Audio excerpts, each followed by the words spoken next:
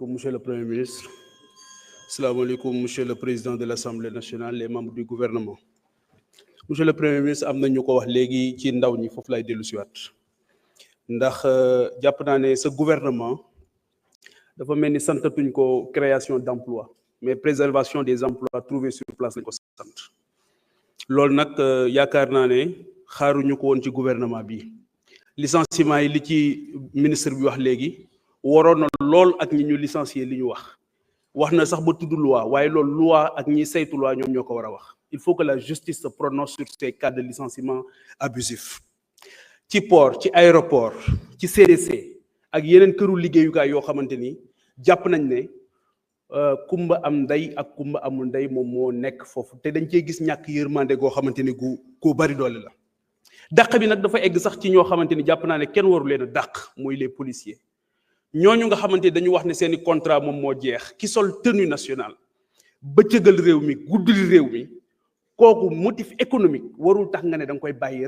rawatina ci jamono boo xam les défis sécuritaires sont énormes donc jàpp naa ne ñooñu muy ces 312 seen réintégration dafa war a nekk lu immédiate beneen bi mooy toujours ci ndaw ji migration circulaire wax nañ ko mooy léegi ndaw ji dañ leen di yóbbu ngeen dem loolu jàpp naa ne du solution keroog bi ñuy dem ni jëwriñ ji taxawee tiim leen am na lu bari lu mu fàttali ci conscience collective bi te loolu du li ñu diggoon ndawi Sénégal gis naa sax ñu ne Qatar tamit moo ngi xaar ñeneen ñoo xamante ni duñu ñuy witt waaye des gens qui sont bien formés loolu tam dëppawul avec les enjeux de développement du Sénégal donc loolu war nañ ci taxaw bu baax beneen bi monsieur le Premier ministre maa ngi ñeewant bu baax le ministre de la justice ndax fi mu ne ñoo ngi ñëpp a ngi jooy tiim ko y compris le président de la République di wax ne le peuple doit mettre la pression sur la justice non le peuple n'a pas le droit de mettre la pression sur la justice rawatina justice boo xam ki ñu ko dénk tey nit ñi am nañ ci moom yaakaar suñ ko dooleelu buñ ko affaiblir fii may wax ak yéen am na jëmm joo xamante ni Simon Faye la tudd rédacteur en chef bu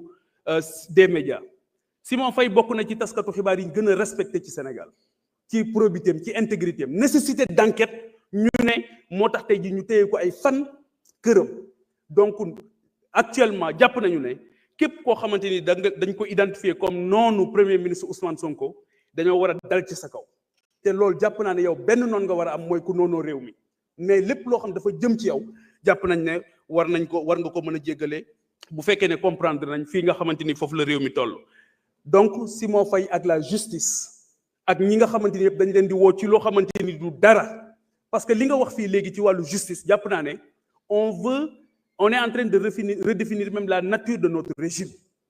Pendant longtemps, on a décrit une administration judiciaire. Aujourd'hui, on va aller vers un véritable pouvoir judiciaire. Loolu lañ doon xeex. Et pour man ce pouvoir-là, dañ ko war a gën a conforter, war ko gën a liggéey bu baax. C'est pas un pouvoir des juges. Loolu tamit gars yi nga xamante ni souvent ñoom ñooy nekk complètement à côté de la plaque, ñoom ñoo koy nekk di wax. Donc loolu la ñu jàpp ne dafa nekk ay problématique yoo xamante ni war nañ ci taxaw bu baax a baax daal di dimbali li nga xamante ni moom mooy encore une fois ndaw ñi dooleel leen dimbali leen parce que tey jii Sénégal on parle de déguerpissement des jeunes yi nekk ci marché yi mais c'est la première fois dans l'histoire du pays où on parle de déguerpissement te kenn déggul ñu wax recasement il faut qu'on parle de recasement bu ñu déguerpir beneen bi mooy la problématique des marchés benn borom xam-xam day wax ne boo demee ci dëkk boo bëggee xam ni waa dëkk ba mel njëkkal ci marché bi nu marché bi mel moom la dëkk bi mel te sunu marché yëpp tey ku ci am ndomba tànk dootoo dem ci marché yi dootoo fa nduggee dootoo fa lijjanti parce que xam nga ne marché yi nekkul aux normes donc il faut qu'on travaille sur un vaste programme de réhabilitation des marchés jàpp naa ne loolu tamit dafa nekk farata ci fi nga xamante ni foofu la Sénégal toll. Monsieur le Premier ministre damay revenir ci beneen problématique boo xamante ni c'est la presse sénégalaise. Excusez-moi, mais justice bi doy na, c'est bon. damay revenir sur la problématique de la presse. La presse honorable question la ci benn thématique bu noo xaabaabal ci thématique yu bari donc restel ci justice bi sinon mën nga dem toog. La presse se sent persécutée aujourd'hui. Veuillez couper le micro s'il vous plaît. La presse se sent honorable, persécutée. allez vous asseoir. Allez vous asseoir.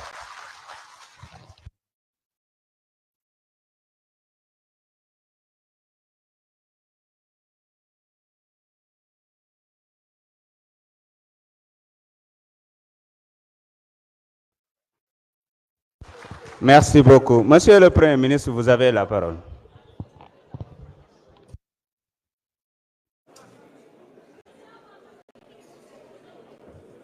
Merci, Monsieur le Président.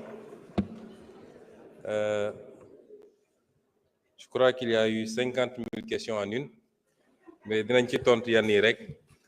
Et je me réjouis de voir que une certaine opposition essaie de s'agripper à tous les branchages. Et désormais, le cheval de bataille, c'est d'être les défenseurs du ministre de la Justice dans une soi-disant brouille avec le reste de l'exécutif. Et finalement, mun ngeen ut yeneen moyen d'opposition, c'est mieux. wax nga ci mbirum licenciement yi, je crois que su dee da ngeen tudd licenciement politique rek yéen a ko wax licenciement politique ça veut dire que recrutement politique amoon na. Pour recrutement politique am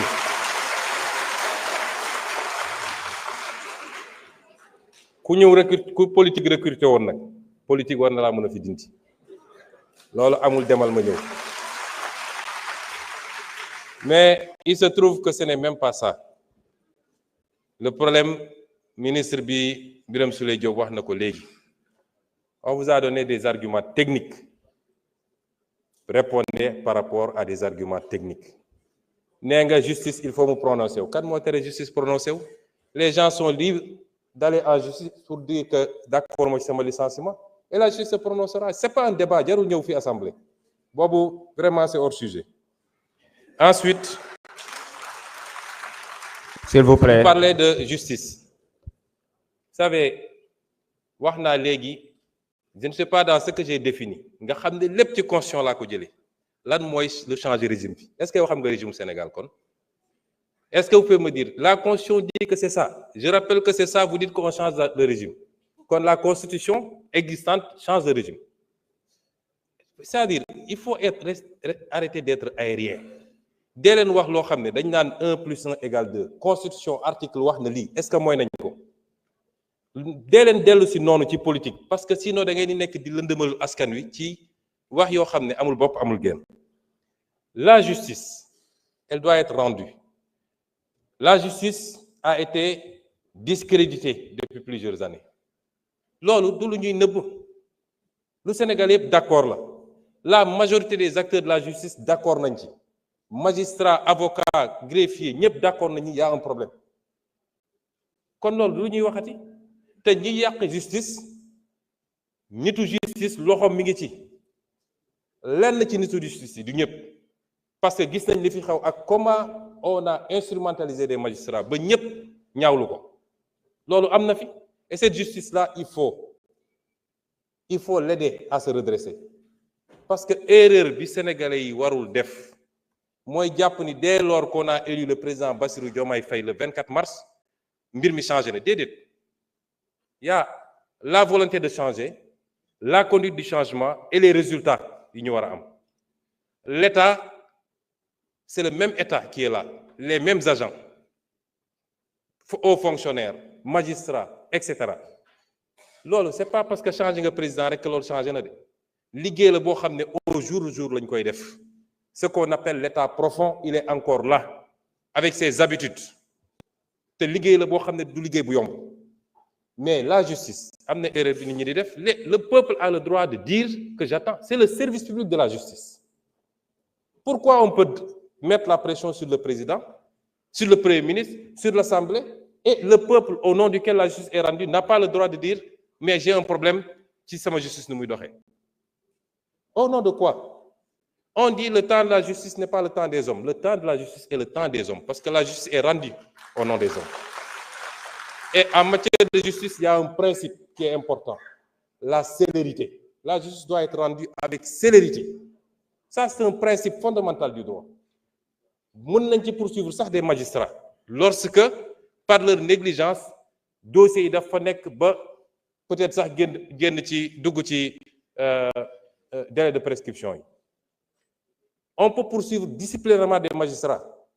Tey bi ñu jóg ñëwee gars yi def inventaire laaj leen dans les cabinets d'instruction ñaata dossiers lañ fa fekk des milliers de dossiers qui dorment là-bas depuis longtemps. On peut trouver des justifications peut-être amuñu suffisamment d'effectifs peut-être les conditions de travail.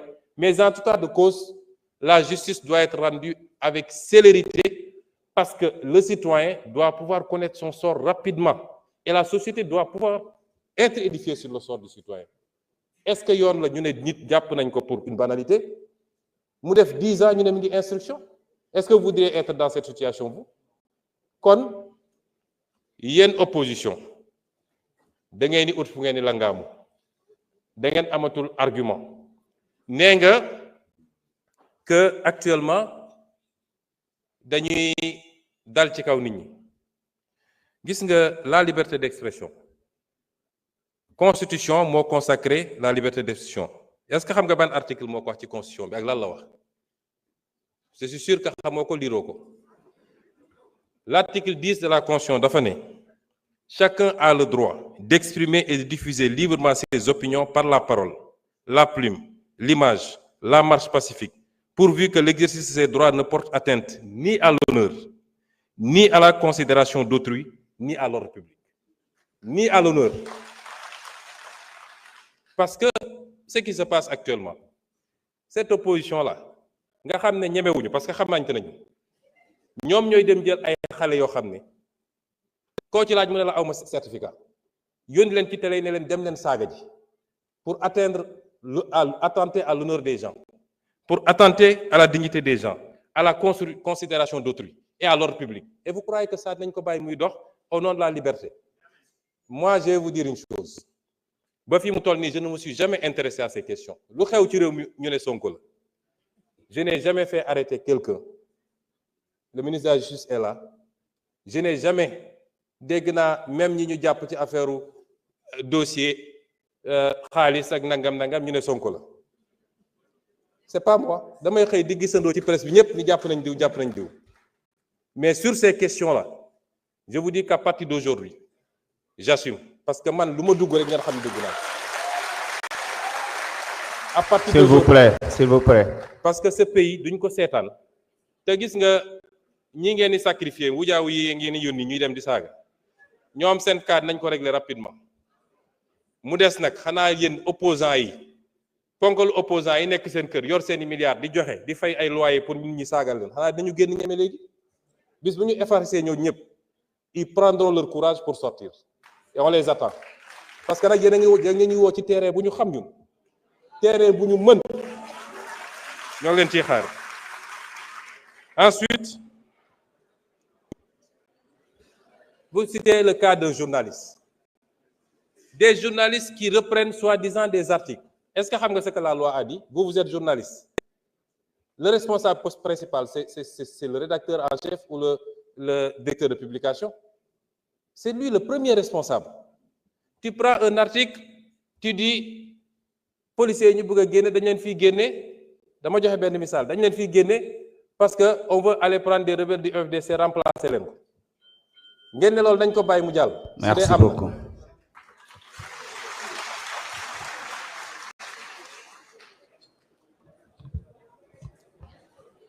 Honorable Ousmane Diop, vous avez la parole.